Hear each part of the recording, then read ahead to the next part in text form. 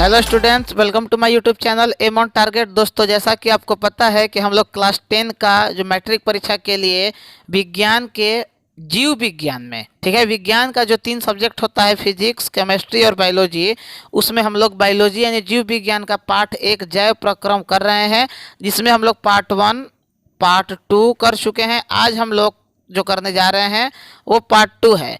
पिछले वीडियो में हम लोगों ने मनुष्य में पोषण के बारे में अच्छे से पढ़ा था, जिसमें पाचन कैसे होता है और श्वसन कैसे होता है। पूरे विस्तार में 2 टॉपिक को हम लोगों ने कवर किया था। आज जो हम लोग करने वाले हैं वो है हृदय, हृदय से संबंधित कि कैसे शुद्ध रक्त आता है, शुद्ध रक्त जाता है, ठीक है। उसके साथ साथ हम लोग जल का परिवहन एवं भोजन का परिवहन, पौधों में, साथ ही मनुष्य में उत्सर्जन की प्रणाली को पढ़ेंगे। तो जो लड़के अभी तक हमारे चैनल पर नए होंगे तो चैनल को सब्सक्राइब कर लेंगे, क्योंकि हमारे इस चैनल पे मैट्रिक की तैयारी बिल्कुल मुफ्त में कराई जा रही है। और साथ ही एक बात ध्यान में रखिएगा कि हमारे इस चैनल के माध्यम से क्लास 9 से लेकर क्लास 12 तक की पढ़ाई बिल्कुल मुफ्त में कराई जा रही है।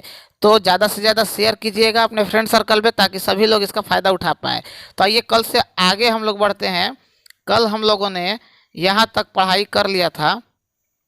आज हृदय वाले टॉपिक को हम लोगों को अच्छे से देखना है, ओके।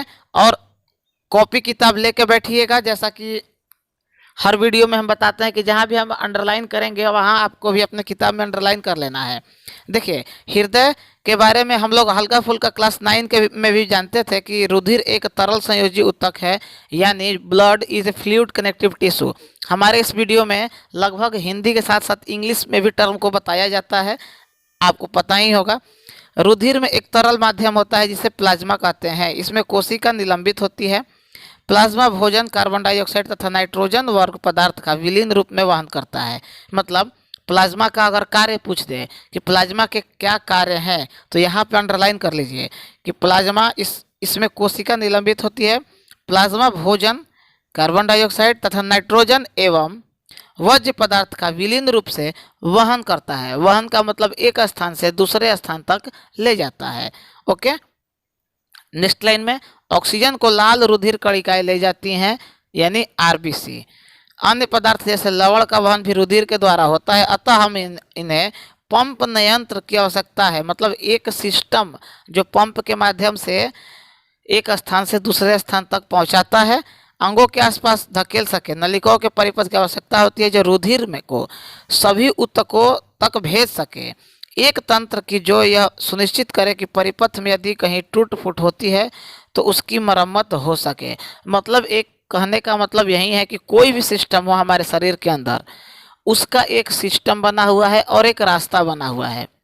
ये नहीं कि नाक से हम लोग खाना खाने लगेंगे, मुंह से सांस लेने लगेंगे, ठीक है। हर चीज का एक सिस्टम और एक तरीका बनाया हुआ है। अब आइए, हमारा पंप हृदय, यानी हृदय से संबंधित, यानी हार्ट। हृदय को इंग्लिश में क्या बोलते हैं? हार्ट। इसी के बारे में हम लोग आज पढ़ेंगे, ओके। आइए देखते हैं कि हृदय एक पेशीय अंग है। पेशी यानी मसल्स वाला अंग है, जो मुट्ठी के आकार का होता है। ऑब्जेक्टिव यहीं पर रेडी हो गया कि हृदय का जो हमारा आकार है वो कैसा है, तो मुट्ठी के आकार का है, ओके। क्योंकि रुधिर को ऑक्सीजन व कार्बन डाइऑक्साइड दोनों का ही वहन करना होता है, अतः ऑक्सीजन प्रचुर रुधिर को, ठीक है, ऑक्सीजन प्रचुर रुधिर, रुधिर का मतलब ब्लड, ध्यान रखिएगा।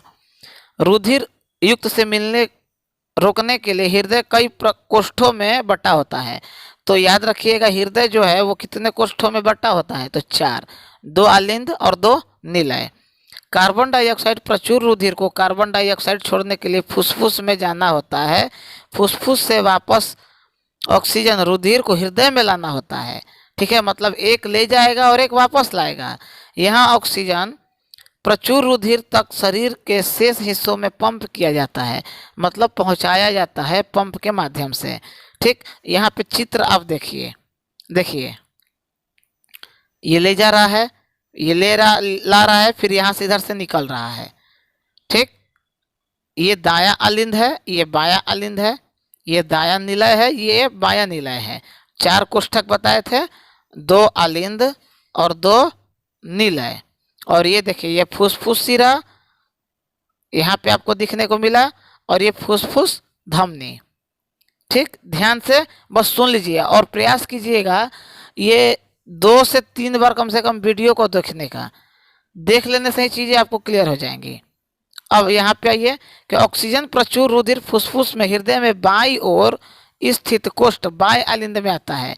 मतलब जो ऑक्सीजन से भरा हुआ रुधिर का फुसफुस है हृदय से बाईं ओर यानी लेफ्ट ओर, लेफ्ट साइड में आता है। ठीक, इस रुधिर को एकत्रित करते समय बाएं आलिंद स्थिर रहता है। जब अगला कोष्ठ बायां निलय फैलता है तब ये संकुचित हो जाता है। मतलब जब बायां निलय फैलता है तो ये कैसा हो जाता है, संकुचित हो जाता है, मतलब सिकुड़ जाता है। इसमें स्थानांतरित होता है अपनी बारी पर। जब पेशी बायां निलय संकुचित होता है तब रुधिर शरीर में पंपित हो जाता है। मतलब एक ले रहा है एक छोड़ रहा है, सिस्टम समझ जाइए, बस यही है, कुछ ज़्यादा है नहीं। और इसको अपने से आप एक बार पढ़ लेंगे तो भी क्लियर हो जाएगा। ऊपर वाला दायां कोष्ठ, ठीक है, ऊपर कौन, ऊपर वाला दायां आलिंद यानी राइट साइड में जब फैलता है तो शरीर में ऑक्सीजन विहीन रुधिर इसमें आता है। मतलब राइट साइड में वैसे ऑक्सीजन आते हैं, ऑक्सीजन विहीन, मतलब वैसे खून आते हैं, वैसे रुधिर आते हैं जिसमें ऑक्सीजन नहीं होता है। और लेफ्ट साइड में वैसे रुधिर आते हैं जिसमें ऑक्सीजन होता है। ध्यान रखिएगा, फिर से बता रहे हैं, राइट साइड में वैसे ब्लड है जहाँ जिसमें ऑक्सीजन नहीं है, और लेफ्ट साइड में वैसे हैं जिसमें ऑक्सीजन है। ठीक, अब आइए यहाँ पे थोड़ा मिटा दें। ध्यान से बस चीज़ों को अगर आप लोग सुन लेंगे तो आपका चीज़ कंप्लीट हो जाएगा। ठीक, जैसे ही दायां आलिंद संकुचित होता है नीचे वाला संगत कोष्ठ दायां निलय फैल जाता है। यह रुधिर को दाएं निलय में स्थानांतरित कर देता है, जो रुधिर को ऑक्सीजनीकरण हेतु बारी पर फुसफुस में पंप करता है। फुसफुस देखिए कहाँ है, यहाँ पे समझिए। देखिए ये फुसफुस धमनी है, ये फुसफुस सिरा है। यहाँ पे फिर मिटा दे रहे हैं हम। यहाँ पे देखिए ये फुसफुस धमनी, ये फुसफुस सिरा। ठीक, आइए, क्योंकि निलय को पूरे शरीर में रुधिर भेजना होता है, जब आलिंद या निलय संकुचित होते हैं तो वाल्व उल्टी दिशा में रुधिर प्रवाह को रोकने सुनिश्चित करता है। मतलब चाहे वो आलिंद हो या निलय हो, संकुचित होते हैं, मतलब जब सिकुड़ते हैं तो वाल्व जो है, वाल्व उल्टी दिशा में रुधिर को यानी ब्लड के प्रवाह को रोकना सुनिश्चित करता है। मतलब कि वो उल्टी दिशा में न जाए। ठीक, आइए नेक्स्ट पेज पे चलते हैं। फुसफुस में ऑक्सीजन रुधिर में प्रवेश कैसे करती है। देखिए ये फुसफुस है, इसमें ऑक्सीजन वाला जो ब्लड है वो प्रवेश कैसे करता है, इसी के बारे में अभी हम लोग यहाँ पे समझेंगे। हृदय का दाएं एवं बाएं बंटवारा ऑक्सीजन तथा विऑक्सीजनित रुधिर को मिलाने से रोकने में लाभदायक होता है। मतलब अभी बताए दाहिने साइड में वे ब्लड है जिसमें ऑक्सीजन नहीं है, लेफ्ट साइड में वैसे ऑक्सीजन है। हृदय की बात हो रही है यहाँ पे, समझ ही रहे हैं, वैसे ऑक्सीजन है जिसमें ऑक्सीजन है। इस तरह बंटवारे शरीर को उच्च दक्षता पूर्ण ऑक्सीजन की पूर्ति करता है। पक्षी तथा स्तनधारी सरीखे जंतु को जिन्हें उच्च ऊर्जा की आवश्यकता होती है यह बहुत लाभदायक है, क्योंकि इन्हें अपने शरीर का तापक्रम बनाए रखने के लिए निरंतर ऊर्जा की आवश्यकता होती है। मतलब कुछ ऐसे जीव हैं जिनको अपने शरीर का तापमान बनाए रखने के लिए ये इम्पोर्टेंट है। उन जंतु में जिन्हें कार्य के लिए ऊर्जा का उपयोग नहीं करना होता है, शरीर का तापक्रम पर्यावरण के तापक्रम पर निर्भर होता है। ठीक, जल, स्थल, चर या बहुत से सरीसृप यानी जमीन पर रेंग के चलने वाले जंतुओं में 3 कोष्ठीय हृदय होता है। अंडरलाइन कर लीजिए, सरीसृप में कितने कोष्ठक वाले हृदय, तो 3। ये ऑक्सीजनित तथा विऑक्सीजनित रुधिर को धारा को कुछ समय सीमा तक मिलना भी सहन कर लेते हैं। दूसरी ओर यहाँ पे देखिए मछली के हृदय में केवल 2 कोष्ठ होते हैं।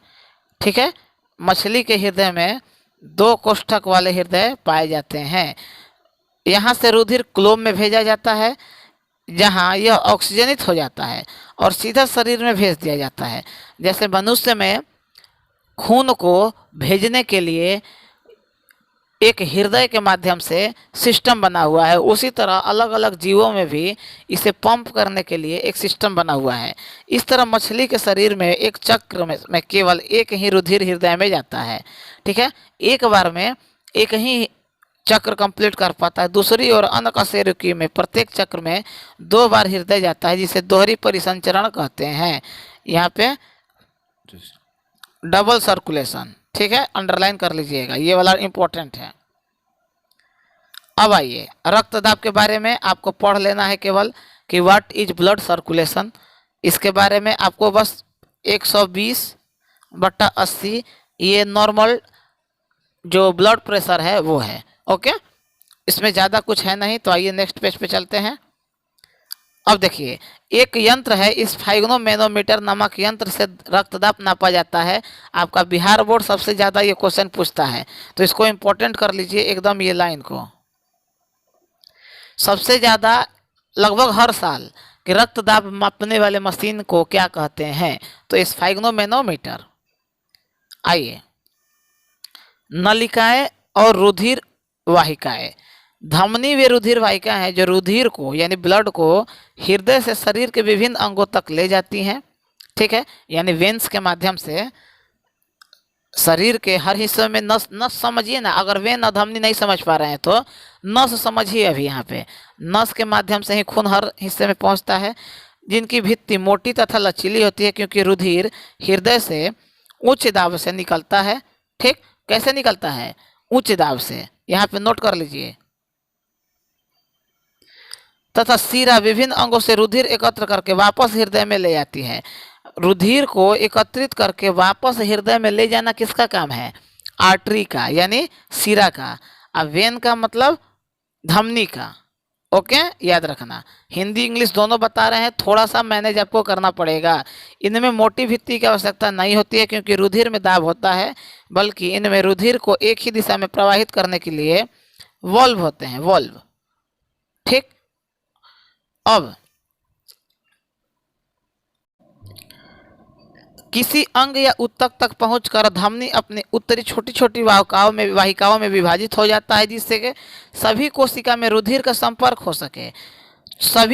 सबसे छोटी वाहिका की भित्ति एक कोशिकीय मोटी होती है और रुधिर एवं आसपास की कोशिका के मध्य पदार्थों का विनिमय यानी पदार्थ का एक्सचेंज इस पतली भित्ति के द्वारा ही होता है। कोशिका तब आपस में मिलकर शिराएं बनाती हैं और रुधिर के अंग को या ऊतक से दूर ले जाती हैं।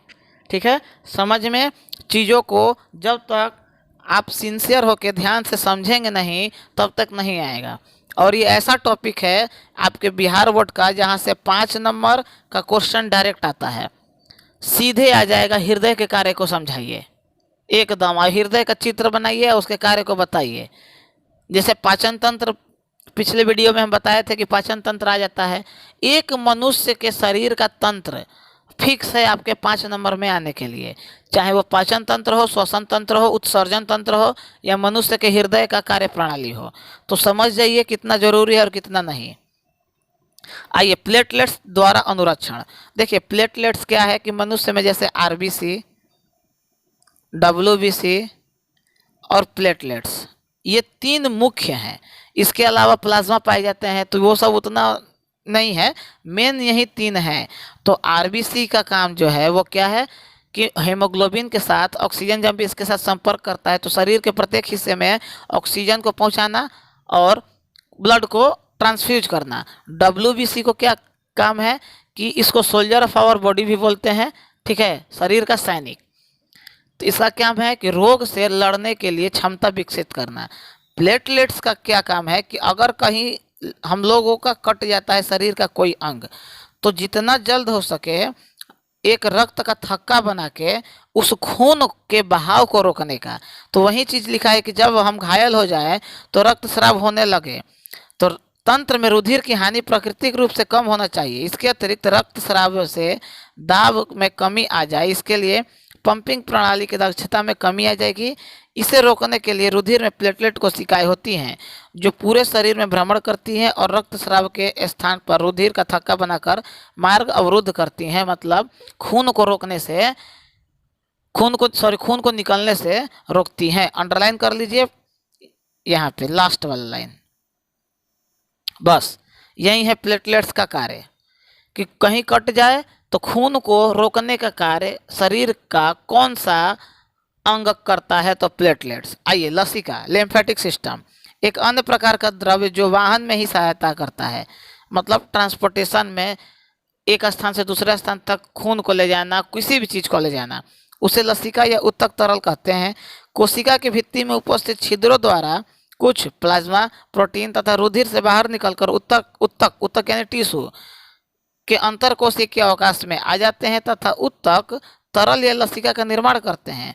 यह रुधिर के प्लाज्मा की तरह ही है, लेकिन यह रंगहीन तथा अल्प मात्रा में प्रोटीन होते हैं। मतलब ये कैसा होता है, रंगहीन होता है, याद रखिएगा, इसका कोई कलर नहीं होता है। लसिका अंतर कोशिकीय अवकाश में लसिका कोशिका में चल जाता है, जो आपस में मिलकर बड़ी लसिका वाहिनी बनाता है और अंत में बड़ी सिरा में खुलता है। पचा हुआ तथा क्षुद्रांक द्वार अवशोषित वसा का वहन लसिका द्वारा होता है। इसका फंक्शन यानी कार्य नोट कर लीजिए कि लसिका, यहाँ से लसिका वाहिनी बनता है, बड़ी सिरा में खुलने के पश्चात पचा हुआ तथा क्षुद्रांक द्वारा अवशोषित वसा यानी फैट का वहन लसिका द्वारा होता है और अतिरिक्त तरल को बाह्य कोशिकीय अवकाश से वापस रुधिर में यानी ब्लड में ये ले जाता है। ठीक, कुल मिला के कहने का मतलब है ये एक ब्लड की तरह ही है, तरल पदार्थ है, शरीर में पाया जाता है। इसका कार्य बस याद रखिए, बाकी और कोई चीज़ याद रखने का काम नहीं है। आइए अब हम लोगों ने मनुष्य के अंदर परिवहन को देख लिया। अब हम लोग देखेंगे जो सबसे ज़्यादा आपका बिहार बोर्ड पूछता है दो चीज़ों के बारे में, एक जाइलम है, दूसरा फ्लोएम है। उसमें ये कहाँ पाए जाते हैं, तो प्लांट में। पादप का मतलब प्लांट, प्लांट में परिवहन। तो आइए पादप कुछ इस किस तरह CO2 सरीखे सरल यौगिक लेते हैं प्रकाश संश्लेषण द्वारा ऊर्जा का भंडारण क्लोरोफिल युक्त अंगों विशेष रूप से पत्तियों के द्वारा में करते हैं। पादप के निर्माण के लिए आवश्यक कच्ची ऊर्जा अलग से प्राप्त की जाती है। पौधे के लिए नाइट्रोजन, फास्फोरस तथा दूसरे खनिज लवण के लिए मृदा निकटतम तथा प्रचुरतम स्रोत है। इसलिए इन पदार्थों का अवशोषण जड़ों द्वारा जो मृदा के संपर्क में रहते हैं किया जाता है। ठीक, उसके बाद अब आपको जो सबसे ज़्यादा इम्पोर्टेंट चीज़ पढ़ना है वो केवल एक बार इसको रीड कर लेना है। जो असली शानदार, जानदार एवं दमदार चीज़ है वो यहाँ पे है कि जल का परिवहन कहाँ, पौधों में, किसके माध्यम से, तो जाइलम के माध्यम से होता है।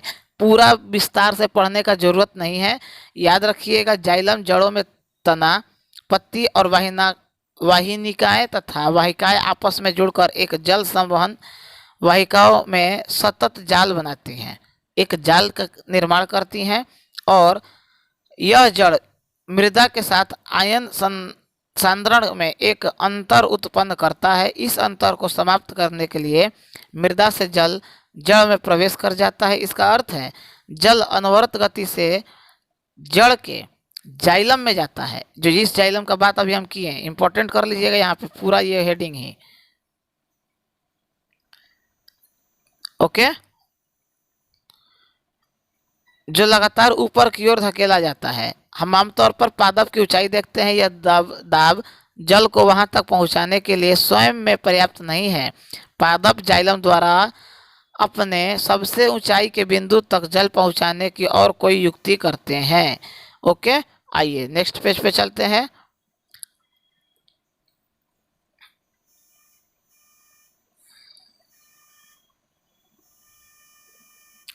चलिए यहां से देखना है आपको चीजों को, थोड़ा हम स्लाइड को एडजस्ट कर लें। पादप को पर्याप्त जलापूर्ति है। जल के रंध्र के द्वारा हानि हुए इसका प्रतिस्थापन पत्तियों में जाइलम वाहिकाओं के द्वारा होता है। मतलब कुल मिला के समझिए कि पौधों में जल का परिवहन किसके माध्यम से होता है, जाइलम के माध्यम से। जाइलम कोशिका द्वारा खींचता है। पादप के वायविक भागों द्वारा वाष्प के रूप में जल का हानि वाष्पोत्सर्जन कहलाता है। यहाँ पे अंडरलाइन कर लीजिए, पादप के वायविक भागों द्वारा ठीक है, यानी वायविक मतलब कहा जहाँ ऑक्सीजन उपस्थित हो वहाँ जल का हानि ही वाष्पोत्सर्जन कहलाता है। ओके, अब यहाँ पे समझिएगा कि वाष्पोत्सर्जन जल के अवशोषण एवं जल के पत्तियों तक जल तथा उसमें विलय खनिज लवणों के लिए ऊपर मुखी गति में सहायक है। यह ताप के नियंत्रण में भी सहायक है। ओके, रंध्र खुले हैं, वाष्पोत्सर्जन जाइलम में जल की गति के लिए मुख्य प्रेरक बल होते हैं। कुल मिला के यहाँ पे समझना है कि वाष्पोत्सर्जन एक बल है जो जाइलम में जल के गति को, मतलब जल के चीज को पौधे के प्रत्येक हिस्से में पहुंचाने के लिए कौन सा गति जरूरी है, तो वाष्पोत्सर्जन।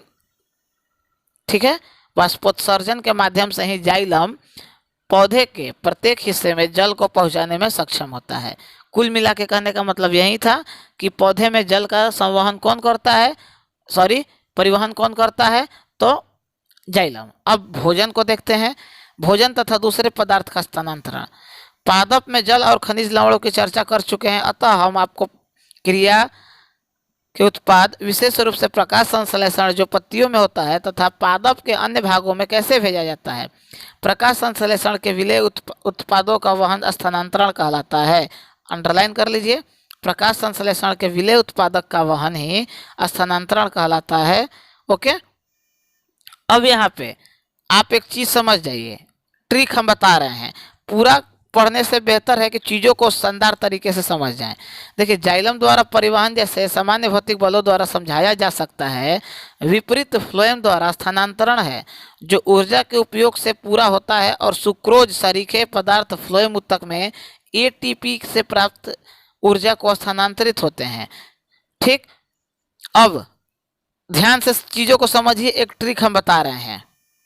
आपका आएगा परीक्षा में क्वेश्चन किस तरह कि पौधे में जल का संवहन कौन करता है, तो ज से जल, ज से जाइलम। ठीक, ये आपको एक बार अपने से किताब है तो पढ़ लेना है, नहीं भी है तो हम आपको जिस तरह से तैयारी करवा रहे हैं बस कीजिए। फ से फ्लोएम, भोजन अगर आए तो भोजन को क्या बोलते हैं, फूड बोलते हैं, तो फूड यानी फ्लोएम। बस यही पूछेगा कि फ्लोएम का क्या कार्य है और जाइलम का क्या कार्य है, 2 नंबर में पूछता है बिहार बोर्ड आपका हरदम। तो ध्यान से समझिएगा चीज़ों को। ज से जल, ज से जाइलम, जाइलम का के माध्यम से पौधे के प्रत्येक हिस्सों में जल का पहुंचाना किसका काम है, तो जाइलम का। वहीं जल के साथ खनिज भी लिख लीजिएगा। भोजन के पहुंचाने का काम किसका है, तो भोजन जो है, फूड मतलब भोजन होता है और फ से फ्लोएम होता है। बस इससे ज़्यादा आपको नहीं ध्यान देना है, बिना मतलब का माथा पिचास नहीं करना है।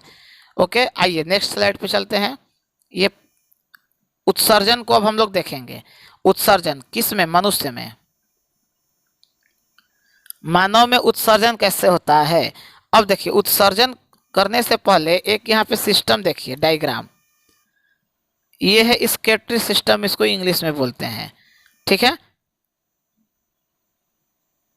स्केटरी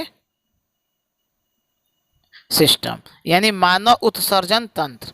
देखिए, अंग पे ध्यान रखिएगा, हम फिर से बोल रहे हैं, मनुष्य के सिस्टम से आपको एक 5 नंबर वाला क्वेश्चन फिक्स रहेगा, चाहे वो पाचन तंत्र हो, श्वसन तंत्र हो या उत्सर्जन तंत्र हो। ठीक, ये 3 इंपॉर्टेंट है और इसका चित्र और इसका व्याख्या पूरे अच्छे से ध्यान में रखिएगा। आइए इसको देखते हैं, और लास्ट में जब हम सब्जेक्टिव करवाएंगे तो वहाँ पे तो आपको बताएंगे ही। मानव के उत्सर्जन तंत्र में एक जोड़ा वृक्क यानी किडनी, एक मूत्रवाहिनी, एक मूत्राशय तथा एक मूत्रमार्ग होता है। ठीक, याद रखिएगा क्या क्या होता है। पहले वृक्क उदर की रीढ़ की हड्डी के दोनों ओर स्थित होता है। वृक्क में मूत्र बनने के बाद मूत्रवाहिनी में होता हुआ मूत्राशय में आ जाता है।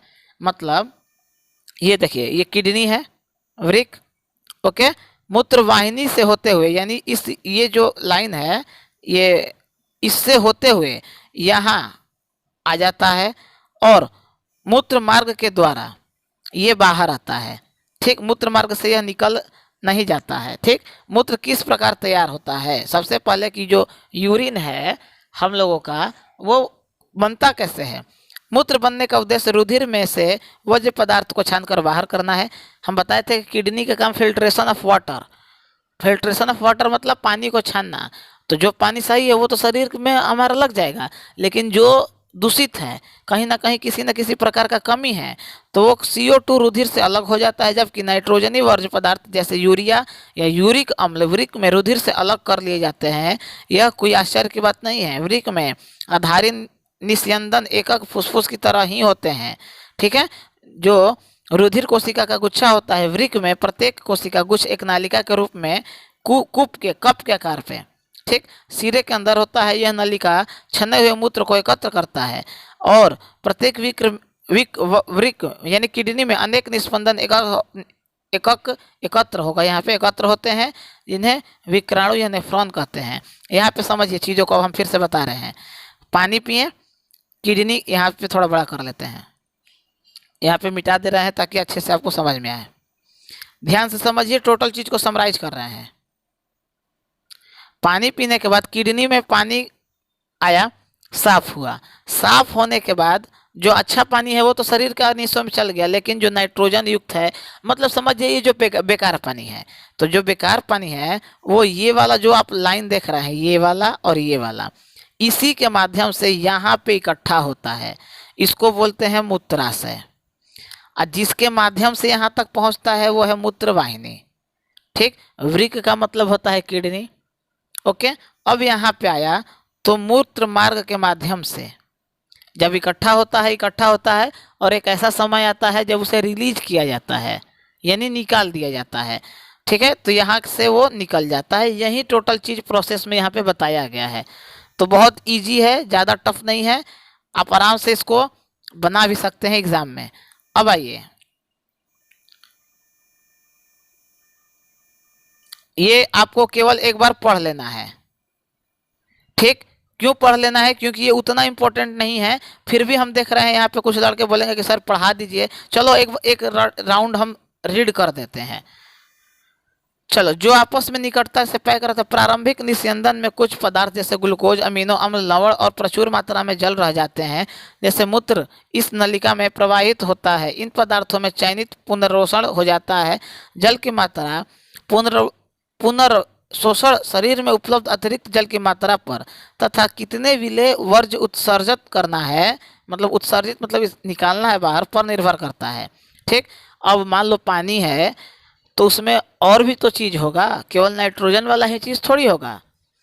तो प्रत्येक विक्र में बनने वाला मूत्र एक लंबी नलिका मूत्र वाहिनी में प्रवेश करता है। वहीं जो ऐसे था किडनी, इसके माध्यम से ऐसे आके यहाँ पे इकट्ठा हुआ था, यही मूत्र वाहिनी। ठीक, अंडरलाइन, ध्यान से चीज़ों को समझ लोगे तो ये तो किताबी भाषा है। जो समझा रहे हैं अलग से समरी टाइप में, उसको समझ जाओ। वृक्क में मूत्राशय से जुड़ता है। मूत्राशय में मूत्र भंडारित रहता है, मतलब ये जो नीचे आया था ऐसे करके यहाँ पे भंडारित रहता है, मतलब इकट्ठा रहता है। अभी पीछे हम डायग्राम में बताए हैं, तक किताब खोल के डायग्राम में मिलाते रहो अगर एनसीईआरटी है तो मूत्राशय का दाब मूत्र मार्ग द्वारा इसे बाहर न कर दे। ठीक, मूत्राशय पेशीय होता है, अतः यह तंत्रिका नियंत्रण में है। इसकी चर्चा हम कर चुके हैं। परिणाम स्वरूप मूत्र निकासी को नियंत्रित कर लेता है, मतलब एक ऐसा समय आता है कि जब नियंत्रण से बाहर हो जाता है, लेकिन जब तक इकट्ठा हो रहा है तब तक हो रहा है मस्त एकदम। आइए, कृत्रिम विक्र। ठीक है, जिनका किडनी खराब हो जाता है, किडनी दो होता है पता ही है, तो देख कभी कभी सुने होंगे कि उनका किडनी फेल हो गया। तो किडनी फेल होने के बाद शरीर का सिस्टम हमारा अच्छे से काम नहीं करता है, और विशेषकर कौन सा, उत्सर्जन तंत्र। किडनी का सबसे विशेष योगदान किस तंत्र में है, तो उत्सर्जन तंत्र में है। ये डायलिसिस आप लोग सुने होंगे। ठीक, डायलिसिस के माध्यम से वो प्रोसेस पूरा होता है। तो एक बार इसको आपको किताब में पढ़ लेना है। ठीक है, आइए नेक्स्ट स्लाइड पे चलते हैं। जो इम्पोर्टेंट है और शानदार है, जरूरी है, वो हम आपको बता रहे हैं, बिना मतलब का गाचुर मचुर नहीं। पादप में उत्सर्जन यानी प्लांट में एक्सक्रीशन का जो विधि है कैसे होता है, अभी हम लोगों ने मनुष्य में पढ़ा। पादप उत्सर्जन के लिए जंतु से बिल्कुल भिन्न युक्ति प्रयुक्त होती है। प्रकाश संश्लेषण में जनित ऑक्सीजन भी अपशिष्ट उत्पाद कहीं जा सकती है। पहले हम चर्चा कर चुके हैं कि जैसे पौधे ऑक्सीजन तथा कार्बन डाइऑक्साइड के साथ कैसा व्यवहार करते हैं। ओके, वे अतिरिक्त जल से वाष्पोत्सर्जन द्वारा छुटकारा पा सकते हैं। पादप में बहुत से ऊतक मृत कोशिका के बने होते हैं और वे अपने कुछ भागों जैसे पत्ती का क्षय भी कर सकते हैं। बहुत से पादप अपशिष्ट उत्पाद कोशिका रिक्ति के में संचित रहते हैं। ओके, पौधे से गिरने वाली पत्ती में भी अपशिष्ट उत्पाद संचित रहते हैं। अन्य अपशिष्ट पदार्थ रेजिन तथा गोंद के रूप में विशेष रूप से पुराने जाइलम में संचित रहते हैं। कुल मिला के इसका कहने का मतलब यही है कि जिस प्रकार मनुष्य किसी अंग के माध्यम से, किसी प्रोसेस के माध्यम से, किसी प्रक्रिया के माध्यम से अपना उत्सर्जन प्रणाली को कारगर सिद्ध करता है, उसी प्रकार जो पौधे हैं वो वाष्पोत्सर्जन प्रक्रिया के माध्यम से, ठीक है, यानी ट्रांसपिरेशन प्रोसेस के माध्यम से अपने अंदर के अपशिष्ट पदार्थों को बाहर करते हैं, जिसमें सबसे ज़्यादा योगदान किसका होता है, तो जाइलम का होता है। जाइलम मृत कोशिका के माध्यम से बनता है, यानी डेड सेल का होता है, याद रखिएगा। अब यहाँ पे देख लेते हैं कौन सा इंपॉर्टेंट है, 1 मिनट में ये क्वेश्चन है। आपने क्या सीखा, तो बस आपको इसको एक बार देख लेना है। ये स्वपोषी, विषमपोषी, मनुष्य में खाए गए पदार्थ, श्वसन प्रक्रम, सब चीज़ हम पढ़ा चुके हैं। अब यहाँ पे श्वसन में वायविक और अवायविक, वायविक कौन, जिसमें ऑक्सीजन उपस्थित हो, और अवायविक यानी जिसमें ऑक्सीजन उपस्थित नहीं हो। मनुष्य में ऑक्सीजन, कार्बन डाइऑक्साइड, भोजन तथा उत्सर्जित उत्पाद शरीर के पदार्थ का वहन परिसंचरण तंत्र का कार्य है। ठीक है, मतलब मनुष्य में भोजन, खान पान, ब्लड का या हर चीज़ का एक स्थान से दूसरे स्थान तक खून के माध्यम से ले जाना, जिसमें ऑक्सीजन का विशेष योगदान होता है, उसे क्या बोलेंगे, परिसंचरण तंत्र। ओके, अगला पॉइंट है उच्च विभेदी पादपों में जल, खनिज, लवण, भोजन तथा अन्य पदार्थ का परिवहन संवहन ऊतक यानी कनेक्टिव टिश्यू के माध्यम से होता है, जिसमें जाइलम और फ्लोएम होते हैं। ठीक है, अभी हम बताए हैं जल से जाइलम यानी जल से जल का परिवहन करेगा, और फर्स्ट से फ्लोएम यानी फूड यानी भोजन का परिवहन करेगा। इसमें भी 4 होते हैं, लेकिन उसको चारों को नहीं देखना है, बिना मतलब का काम बेकार नहीं करना है। ओके, यहाँ पे मिटाते हैं। अगला जो पॉइंट है, आप लोगों आपने क्या सीखा में कि मनुष्य में उत्सर्जित उत्पाद विलेय नाइट्रोजन यौगिक के रूप में वृक्क में यानी किडनी में नेफ्रॉन द्वारा निकाले जाते हैं। याद रखना कि किडनी को फिल्ट्रेशन ऑर्गन भी बोलते हैं। ठीक, ये किसको बाहर निकालता है, तो नाइट्रोजन युक्त यौगिक को। किसके माध्यम से निकालता है, तो किडनी के माध्यम से निकालता है। किडनी में किसके माध्यम से निकालता है, तो नेफ्रॉन में के माध्यम से। ओके, अब आइए अगला पॉइंट है पादप अपशिष्ट पदार्थों से छुटकारा प्राप्त करने के लिए विविध तकनीकों का उपयोग किया जाता है। ये आप लोग एक बार रीड कर लेंगे, बस हो जाएगा। यहाँ पे इंपॉर्टेंट ज़्यादा नहीं है। अभ्यास के लिए यहाँ पे देखिए, ये है ऑब्जेक्टिव। ये हर ऑब्जेक्टिव हम आपको करवाए हैं, क्वेश्चन आंसर हर चीज़ समझा दिए हैं। इसके बाद भी अगर आपका गलत हो रहा है तो फिर समस्या है। एनसीईआरटी का ही क्वेश्चन आपके एग्ज़ाम में आएगा, याद रखिएगा। 110%। कितना, 110%, 110% गारंटी दे रहे हैं। एनसीईआरटी से एक भी बाहर आपके परीक्षा में क्वेश्चन ना आज तक आया है ना आएगा। तो अब बोलेंगे कि सर तो भारतीय भवन नहीं पढ़िए, उसमें थोड़ा थ्योरी ज़्यादा है, इसमें थ्योरी कम है, इसलिए उसको पढ़ना है, छोड़ना नहीं है। तो आज हम लोगों ने अपना ये टॉपिक कंप्लीट कर लिया। जो पार्ट 1 है बायोलॉजी का, जैव प्रक्रम, जिसमें हम लोगों ने मनुष्य और पादप यानी मनुष्य के अंदर और पौधे के अंदर श्वसन कैसे होता है, परिवहन कैसे होता है, उत्सर्जन कैसे होता है, ठीक है, हर चीज़ के बारे में हम लोगों ने पढ़ लिया। अब अगला जो हम लोगों का वीडियो होगा वो होगा ऑब्जेक्टिव का। ठीक है, जैसा कि आपको पता है कि हम लोग सबसे पहले चैप्टर को पढ़ते हैं, उसके बाद ऑब्जेक्टिव करते हैं। ओके, तो ऑब्जेक्टिव 1 आ गया था पार्ट 1 का, आप लोगों का डिमांड था इसलिए हम दिए थे। इसके बाद 2 और आएगा, पार्ट 2 और पार्ट 3। ठीक, जिसमें लगभग इस चैप्टर से, इस पार्ट से लगभग हम 150 क्वेश्चन करवाने वाले हैं ऑब्जेक्टिव का। तो तैयार रहिएगा। 50 क्वेश्चन लमसम हो भी गया है, 40 की 50 लमसम। तो तैयार रहिएगा एक अच्छा जानदार तैयारी करने के लिए, और सब्सक्राइब कर लीजिएगा अगर अभी तक आपने नहीं किया है तो। क्लास कैसा लगे, अगर अच्छा लगा हो तो लाइक कर लीजिएगा। इसके बावजूद भी अगर आपको कोई डाउट हो मन में तो आप हमसे कमेंट में पूछ सकते हैं। ओके। और ध्यान रखिएगा, शेयर करना है उन लड़कों के पास जो क्लास 9 से क्लास 12 के बीच में है। जैसे आप लोगों का चैप्टर एकदम लाइन बाय लाइन पढ़ के समझाते हुए विस्तार में हो रहा है, वैसे ही उनका भी होगा अगस्त के आधे महीने के बाद, मतलब 15 अगस्त के लमसम के बाद। ओके। तो प्रयास कीजिएगा ज़्यादा से ज़्यादा लाइव आइए, मन से पढ़िए। हम बस यही बोलेंगे, मन से पढ़ाई कीजिए। और एक बात कि कौन सा क्लास आएगा, कब आएगा, सारी सूचना हम फेसबुक, टेलीग्राम और इंस्टाग्राम, सबसे पहले आपको फेसबुक और टेलीग्राम को ज्वाइन कर लेना है अगर नहीं किए हैं तो। कुछ पूछना हो तो इंस्टाग्राम पे भी आप हमसे जुड़ सकते हैं। ओके। ध्यान रखिएगा, सोशल मीडिया को सबसे पहले ज्वाइन कर लीजिए, या तो फेसबुक और टेलीग्राम को, ठीक है। क्योंकि सारे इन्फॉर्मेशन परीक्षा से संबंधित जो भी जानकारी होता है रोज इसमें जाता है, रोज। ओके। तो मिलते हैं नेक्स्ट वीडियो में, तब तक के लिए गुड बाय, टेक केयर, जय हिंद, जय भारत।